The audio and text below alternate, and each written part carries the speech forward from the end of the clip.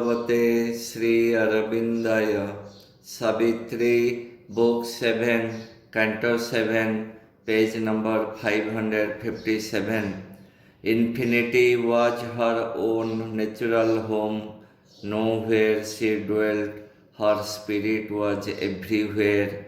The distant constellations wheeled round her, earth saw her born, all worlds were her colonies. The greater walls of life and mind were hers, all nature reproduced her in its lines. Its movements were large copies of her own. She was the single self of all these selves. She was in them, and they were all in her.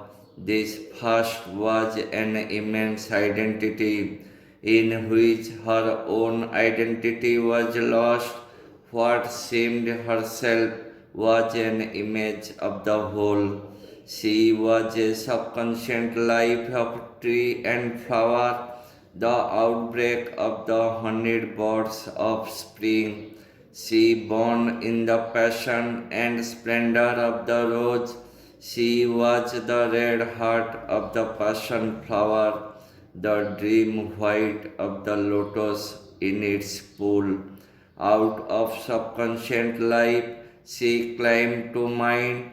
She was a thought and the passion of the world's heart. She was the Godhead hid in the heart of man. She was the climbing of his soul to God. The cosmos flowered in her. She was its bed. She was time and the dreams of God in time. She was space and the wideness of his days. From this she rose where time and space were not. The superconscient was her native air.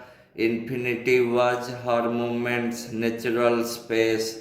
Eternity looked out from her on time. Eternity looked out from her on time.